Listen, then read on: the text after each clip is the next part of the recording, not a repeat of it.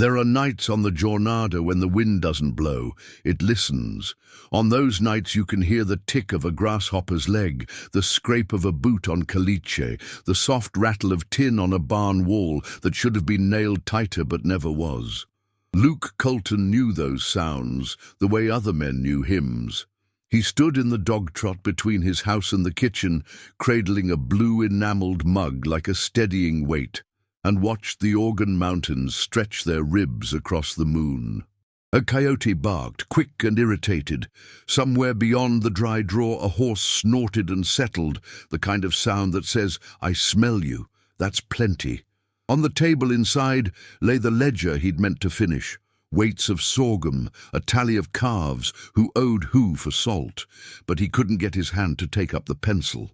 The summer had burned down early that year, and autumn came thin as a starving man's shadow. Water, feed, patience. Everything was measured and never enough. Boots scuffed behind him. "You hear that?" asked Matteo, his foreman, easing into the doorway like a cat with a sore paw. 50 years of saddle had bowed Matteo's back but sharpened his eyes. Something moved in the ocotillo. Luke set down his mug. "Jackrabbit?" "Jackrabbit, don't lift the hairs on your neck." They both listened. The wind, the listener, kept quiet. Then a whisper against the doorframe. Not a knock exactly, more a plea that had learned manners. Luke opened the door on the chain. A child's face stared up from the seam of shadow and lamplight. Cheeks hollowed to bell-bells, lips cracked, eyes enormous. She wore a man's shirt belted at the waist with ragged twine, and in her arms she held a bundle wrapped in a saddle blanket the color of dusk. Her hair was braided in 2 tight ropes, dark as creek mud, the ends tied with yucca threads. "Signor," she said carefully, as if tasting each syllable to be sure it wouldn't break. "Milk?" The word was small, almost guilty. She angled the bundle, a baby's fist fine as a bird's foot uncurled and pawed the air. Matteo reached for the latch. Luke lifted a hand to stop him. Not because of the child, because of what stood behind the child, back in the ocotillo and the ink between rocks, watches maybe. If this was a test, it had been given to him long before moonrise. He opened the door wide. "Come inside," he said. "No," she answered, shaking her head. "No inside. Just milk." Her English was shaped by other tongues, Spanish in the vowels, a different music underneath that Luke recognized from trading seasons along the Tularosa. ND, the people, some called themselves. White men and newspapers said Apache, as if naming something made it simpler. Luke turned to Matteo. "Warm a pan." Matteo didn't move. "Luke, think." "I am." "What if there's a line on the ridge? What if they're pushing you to step across it?" Luke looked at the girl again. She stood very still, like a deer that would bolt from any sudden kindness. He thought of Mary, his wife, dead 8 winters now, who had taught school at a mission in Mesilla. "A hungry child is its own country," Mary would say. "You don't cross a border to feed one, you erase it." "Pan," Luke repeated. Matteo sighed and vanished into the kitchen. The girl swayed once on her feet. The baby in the blanket made a sound like a gnat buzzing in a bottle. "What's your name?" Luke asked. "Hastien calls me Willow," she said, glancing toward the darkness, as if a permission lived there. "My mother says Agua." She searched Luke's face, as if deciding which name he would break less. "Willow," she settled, almost a question. "Willow," Luke nodded. "I'm Luke." He crouched so his eyes met hers level. "There's water in the trough. There's bread if you can take it. Milk is coming hot." She shook her head again at the mention of inside, but when Matteo emerged with a tin pan of milk, warmed to steam, and a loaf wrapped in a towel, she held out the bundle without stepping over the sill. Luke saw the baby's face, a sliver of moon and 2 dark pebbles for eyes. The baby's breath fluttered like a bird in a paper bag. "Haven't you any camp?" Matteo asked, more gently now. "Any fire?" Willow's mouth tightened. "Fire brings soldiers. Smoke makes paths. We moved many times." "Yes." She paused, as if deciding how much of the map to draw. 3 sleeps from the water with the cottonwoods. 2 from the grave of the Iron Horse, she added, meaning the wrecked spur line up by San Augustin Pass, where the army had once stored ties like bones. Luke nodded as if he too had counted sleeps instead of miles. He dipped a clean rag in the milk and touched it to the baby's lips. The baby latched to the rag and sucked with desperate patience. Willow's eyes shone at the sight, but her body stayed taut as bowwood. Matteo said what a man says when the equation of kindness and danger won't balance. We could take some to your mother, so she doesn't have to send a child into another man's yard. He studied the night. We could, Luke, but we shouldn't. The girl's chin lifted at Mother. She is sick, she said. Her milk went to smoke. My little brother, she faltered. The people give what we can. The old ones, they eat less. But the little one, she held out the bundle again, an offering or an accusation. Luke put the pan into Matteo's hands. Wrap up what you can carry, he said. To Willow. Can you guide me? Her eyes widened in disbelief, then in terror. She glanced again to the Ocotillo, to the ridge, to whatever lines had been drawn in the dirt by men who called themselves protectors. If you come, she whispered, others may come. The people are afraid. White men are afraid. When fear meets fear, it remembers blood. He reached for the old army canteen Mary had painted with blue cornflowers to disguise its past. He filled it with milk and knotted the cork with rawhide. He sliced the loaf in half and tucked jerky into his jacket. He took down from the peg Mary's shawl, which still smelled faintly of lye and roses. Luke, Matteo said, a little desperate now. The agent at Fort Selden told us plain, don't go looking to be a hero. They bury them fast. Luke swung his saddle onto his old buckskin gelding without answering. He led the horse by the rein, rather than mount, so his figure would cut less against the sky. Matteo, he said, if I'm not back by sunup, ride to old man Chavez, then to Sister Clara at the mission. Tell them to hold their tongues and their tempers. Tell them it's hunger, not war. He patted Matteo's arm. And keep the boys from lighting lanterns. Light only tells a man where to shoot. Willow's eyes had a new crease of fear. Fear for him, which surprised her almost as much as his decision. She stepped off the porch backward, the way a wary dancer yields the floor without turning her back. We go quiet, she said. They moved soundless along the arroyo, the gelding placing his hooves with the delicacy of a courtier on marble. The Ocotillo bristled around them like 1,000 pointed questions. Twice Luke caught the brief gleam of an eye from a patch of shadow and raised his empty palm, careful as a man slipping a hook from a fish's mouth. Once he felt the air change, how a gaze makes its own weather, and heard a soft scrape, the kind a bowstring makes when fingers test it.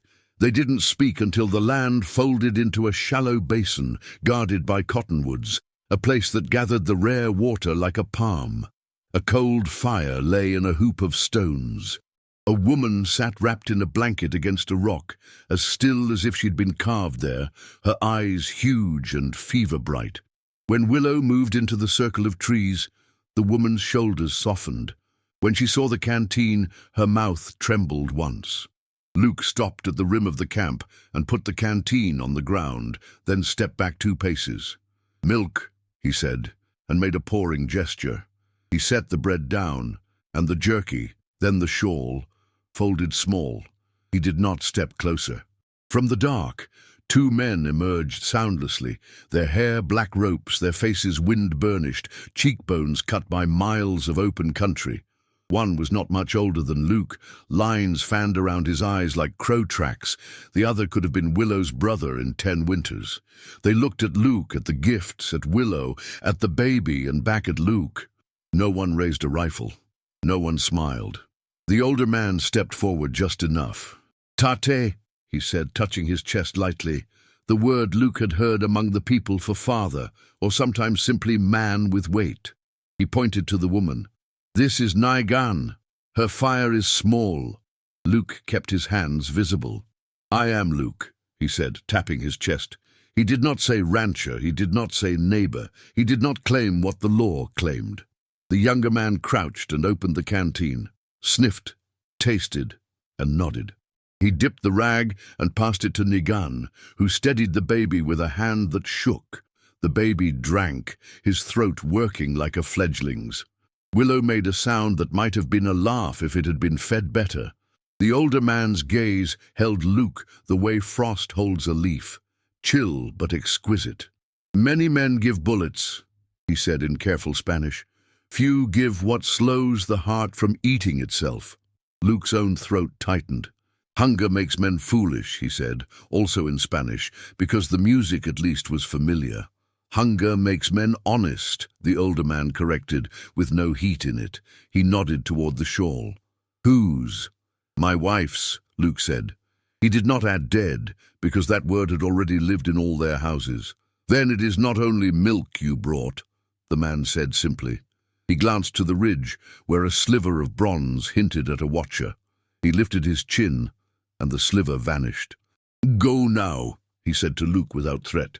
"We have our pride, you have your neighbors. Pride breaks more bones than hunger." His mouth quirked, almost a smile. "But it feeds none." Luke understood. "I'll come again," he said, surprising himself again. The man's face didn't change, but his eyes did, the smallest fraction, like a shutter that lets in another coin of light. "Before the moon sleeps twice," the man said, "if you come, come with only your hands full, not the tongues of other men." Luke nodded, turned, and walked back into the cotton shadow. 2 times on the way home, a piece of darkness detached and followed him along the ridge, keeping pace, not threatening exactly, more like a lantern that wanted to be sure he didn't trip. Once, a stone skittered from above and clipped his shoulder with the precise indifference of gravity. He staggered, caught himself, and kept on. When the house rose up out of the night like a hull on a fogged harbor, Matteo stepped out, a lean spectre of relief. "You're a fool," Matteo said, and put his hand on Luke's neck the way old men bless sons by pretending to scold. "Likely," Luke said. He slept badly, as the caring do, and woke with the sun jabbing his window like an impatient finger. Before coffee, he walked to the barn to throw hay. He stopped dead in the doorway. On the center stall door, hanging from a square-cut hinge nail, lay a folded square of buckskin tied with rawhide, a token made of a braided lock of horsehair, and a small bundle of dried willow leaves. Across the buckskin, lines of soot and berry juice had been painted, a river line, 3 handprints, a round mark like the moon, and, Luke blinked, his own brand, a C nested in an L, copied clumsy but respectful, like a child rendering a father's face. They had been at his barn. The wind, again listening, had heard nothing. Matteo appeared behind him, drew in his breath, and made the sign of the cross, not because he believed the people's token had magic, but because he believed anything that arrived without being heard deserved reverence. "What's it say?" Matteo asked. Luke touched the painted river. "Water," he murmured. He tapped the 3 hands. Hands, not rifles. He traced the moon circle. 2 sleeps. He shook his head, half a smile finding him. "I reckon it says we heard what you meant." Matteo squinted at the brand sketched there. "And they heard your name." Luke tucked the token into his shirt. The buckskin felt warm from the barn air, warm like a hand. "Matteo," he said softly, "you best brew more coffee than we've got cups. I think we'll have company soon, and I don't mean the kind that asks you to register your brand in town. If we play this wrong, we're the fool story they tell in saloons. If we play it right—" He looked toward the organ needles, which caught the sun and threw it back to him like a challenge. "If we play it right, this valley might learn a different kind of math." He spent the day moving as men move when waiting for consequence. He fixed a hinge that never minded being crooked. He mended fence. He knew the antelope would test by dusk anyway. He oiled a saddle that had never squeaked. He told the hands to keep to the south pasture, and sent a boy to Sister Clara with 3 words on a note. "Hold your counsel."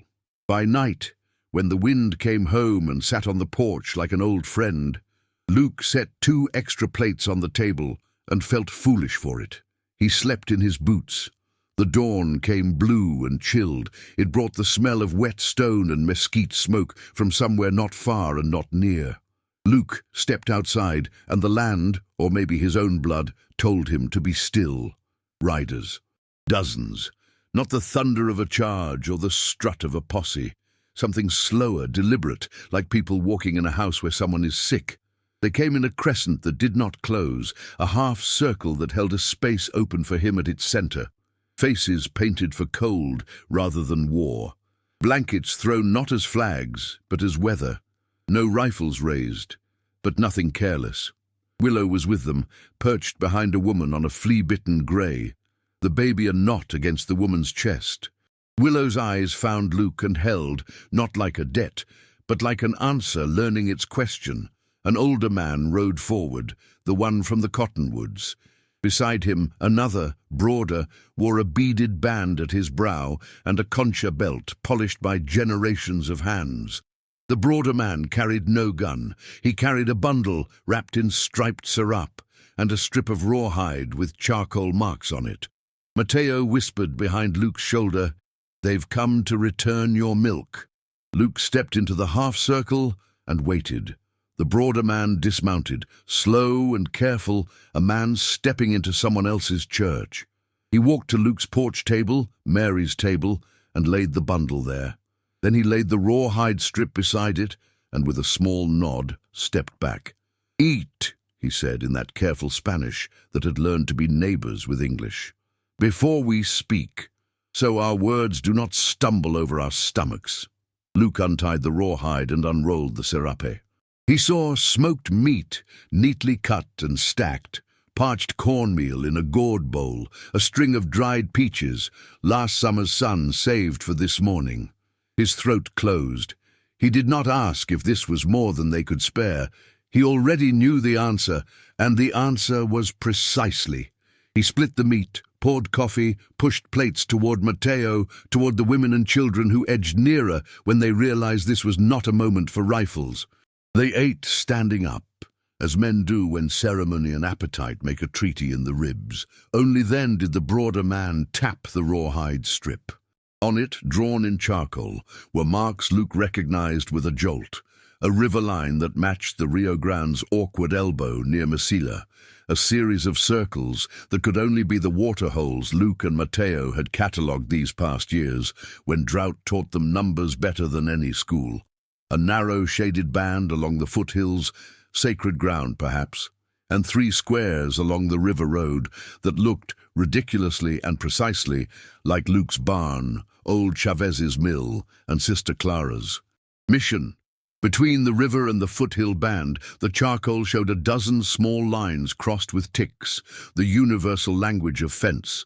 The older man spoke first. "Our children slept," he said. "That is the first part of what we came to say." He paused.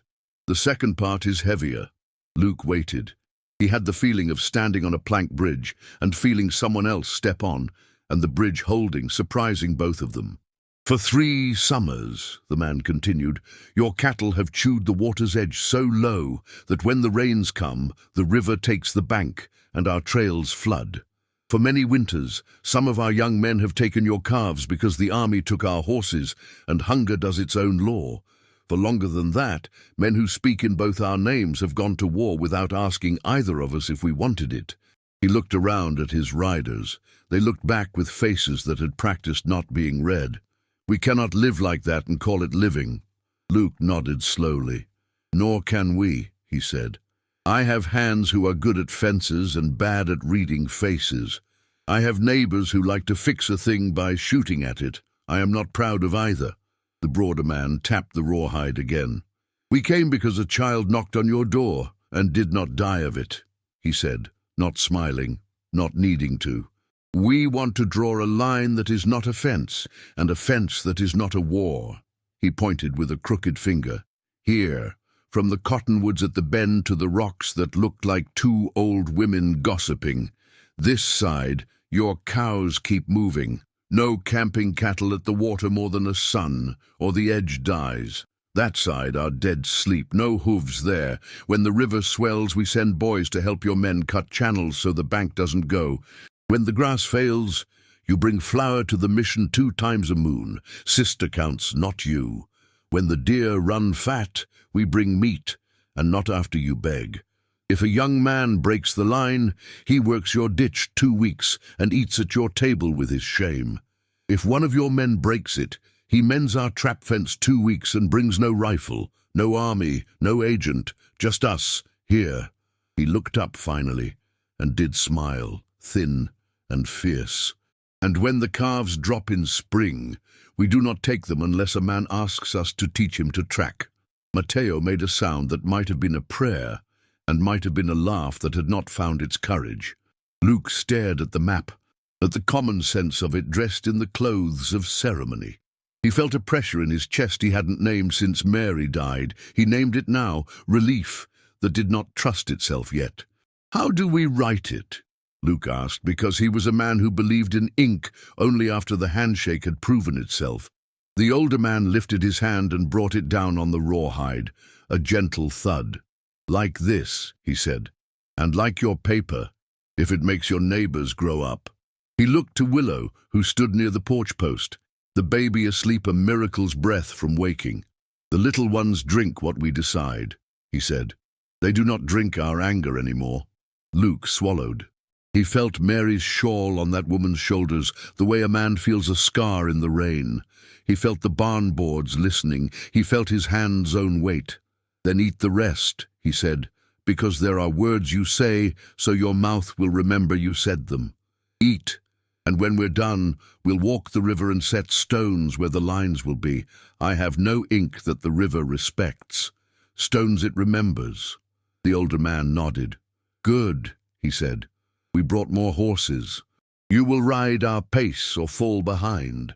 Willow smiled then, wide and quick and not apologizing for itself. The baby snored.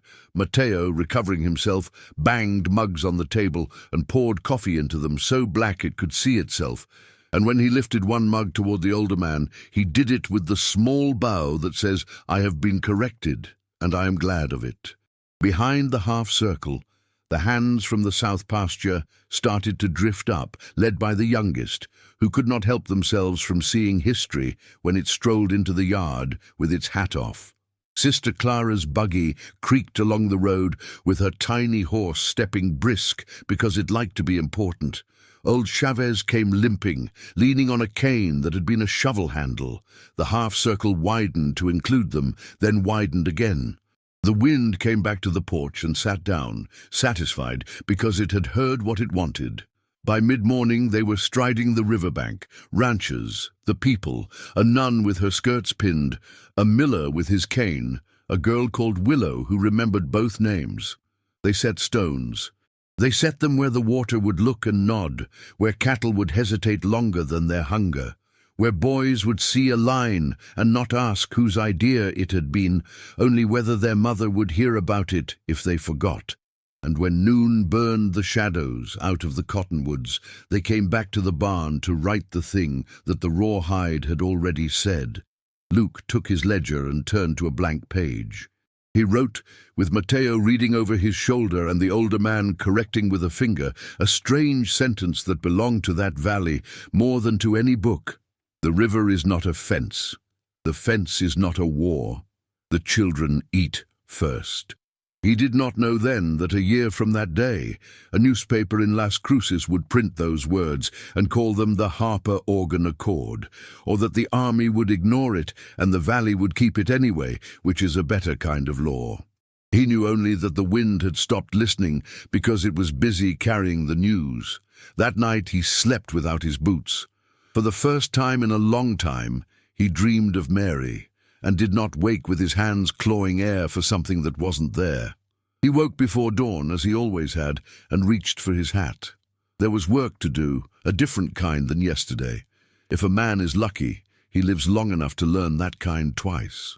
History, when it happens on a porch, looks like coffee rings and crumbs. It doesn't look like a capital letter until later, when someone far away needs it to. The next morning, Luke walked out to find the half-circle gone, the yard the same as it had been on 100 mornings that had not made a mark. Only the stones along the river said different, and the old buckskin's eyes, which met his with a new, thoughtful patience, as if to say, "We've been taught a better path. Let's not disgrace the teacher." By sunup, Sister Clara had already walked the lower bend, traced the line with her gloved hand, and returned to the mission to write a letter in her square schoolgirl script to anyone with a badge who would pretend to listen. "We have an accord," she wrote, as if the word had always belonged in a sentence with weeds and cottonwoods. "It feeds children. Kindly let it." Old man Chavez sent his youngest boy to the mill pond to show where the flood had taken the bank last year. 2 of the people went with him, their plaits wrapped in rawhide for work, and showed him how to braid willow whips into a living fence. By noon, the boy was bragging that he could do it alone next time, which meant he would do it alone exactly once, and then learn the value of company. Neighbors came the way cows come to music, at first in 1s and 2s, pretending they were just passing by, then in a small herd when they realized the tune had words they might need. Tom Pelham from the next section leaned against the post and squinted like he could read the whole story in the grain of the wood. "Luke," he said, the way a man says a name when he is not convinced of his own better nature, "you want to tell me why there's a rock cairn on my fence line that I didn't put there." Luke wiped his hands on his jeans and nodded toward the ledger lying open on the table. "Because rocks stay when tempers go," he said. "Tom, you've been cussin' the river since '74. You want less bite in the banks or more? You want calves with knees or coyotes with bellies?" He pushed the ledger toward him. "Read. Or don't. Then walk the river and feel if it's foolish." Tom read slow, lips moving like he had to chew the words to get them down. He went to the river. He stood a long time with his hands in his back pockets. When he came back, he took off his hat, which in that country meant I'm ready to be a different man than I was this morning. "Put my name to it," he said gruffly. "If a boy of theirs breaks it, I expect him to sweat where he can see my wife canning peaches. If a boy of mine breaks it, I'll march him to their traps myself, and if the army comes, I'll tell him the truth, which is that I'm tired of burying calves and angers." Word ran faster than a dry wash. By the 3rd day, 11 ranchers had scrawled names on Luke's ledger, names that in other ledgers had a habit of lining up with grudges. 3 more came to argue and left with their ears hot and their faces soft. 2 never came, and that was all right. A fence that stretches to the horizon breaks in the wind. This one ran from Cottonwood to Gossiping Rocks, and that was plenty. The people made good on the meat before anyone asked. At dusk, you could smell mesquite smoke and manchego tang drifting across lines that had once been picked up and shaken like whips. Women with babies crossed to the mission in pairs, heads bare because the sky was theirs again for the time it took to measure flour. Sister Clara counted sacks with the dignity of a banker and the ferocity of a hen watching over a single chick. 2 moons, she would say. Bring back the empty sacks. I'm not your laundress. It wasn't all simple, because nothing worth keeping is. On the 5th morning, a young cowboy named Jesse Peoples, who had a way of riding like the world was watching, chased a maverick across the shaded band at the foothills where stones said not here. He didn't mean insult. He meant to make a show for a girl from the mission who liked to pretend she didn't look out the window. 3 men stepped from the juniper, collected his horse like rain collects in a barrel, and walked him down to the river on foot for a conversation with Luke's ledger. Jesse puffed up like bread in a too-hot oven. "I didn't see your rocks," he said. "They were there," said the older man from the first morning, whose name Luke had learned was Hashke. "If you didn't see them, it is your eyes that need mending." He tapped the ledger with one blunt finger. 2 weeks on the ditch. Eat at Luke's table. Let the girl see you sweat. Maybe she'll like you better for it. Jesse looked ready to spit. Luke put a hand on his shoulder. "Son," he said, "men who never worked a ditch always think the river is somebody else's problem. Go learn its language." To everyone's surprise, Jesse did. He showed up at dawn with a shovel and a hangdog face and went home at dusk with a different one. On the 9th day, he brought his mother's pie to the people's camp and set it on the ground with a muttered apology. A boy no older than Willow grinned and ate the crust first, which is the only way to end a quarrel that started with pride. Once, a month in, a calf went missing, and Tom Pelham rode out with his jaw set to a position it liked too much. He found the calf hamstrung and staked near the edge of the sacred band, a sloven's trick to catch a yearling cruel and lazy. Tom stood over it like a man at a crossroads. Hashke stepped out from the pinyon with 2 boys and a coil of rawhide. "Ours didn't do it," he said simply. "We found it and were looking to see if the brand was yours. It is. We'll help get it home. After that, we will look for the man who did it. If he is one of ours, the work will be longer than 2 weeks." He glanced at the boy beside him, whose jaw squared with a resolve that didn't need a speech to anchor it. Tom nodded once, lifted the calf's chest, and said without flourish, "Thank you." In that land, those 2 words were sometimes the rarest. The army did come as armies do, because printed words in a town paper irritate men who believe history comes with salaries and stamps. A lieutenant from Fort Selden rode up with 4 troopers and a letter in his breast pocket, ironed into the shape of authority. He dismounted like a man who'd practiced dignity in a mirror. "Mr. Colton," he said briskly, "I'm here to instruct you that any arrangement with hostiles must be sanctioned by the department. You will provide the names of the signatories, and you will remove any markers that imply territorial claims." Luke poured coffee. "Lieutenant," he said, setting the tin cup where the lieutenant could taste if he also meant to listen, "have you eaten?" "I'm a military man," the lieutenant said, which Luke assumed was either a no or a proverb. "Then it's been too long since you have," Luke said. He gestured to the ledger. "You can read that. The names are there, spelled the way life spells names. Wrong half the time and entirely right when it matters. As for markers, I learned the river better than your maps teach it. The markers tell cows where to be kind to water. If you have an order that says to be unkind to water, read it out loud so I can tell my neighbors who they're obeying when they do a foolish thing." The lieutenant flushed the way men flush when they find themselves in a room with adults and realize they are not one yet. He took the coffee. He tasted it. He swallowed. And in that swallow, Luke watched a boy reconsider how much he wanted to be a certain kind of man. "We will report back," he said at last, which in that language meant, "I need someone else to tell me what to think." He mounted. He looked at the river. He looked at the stones.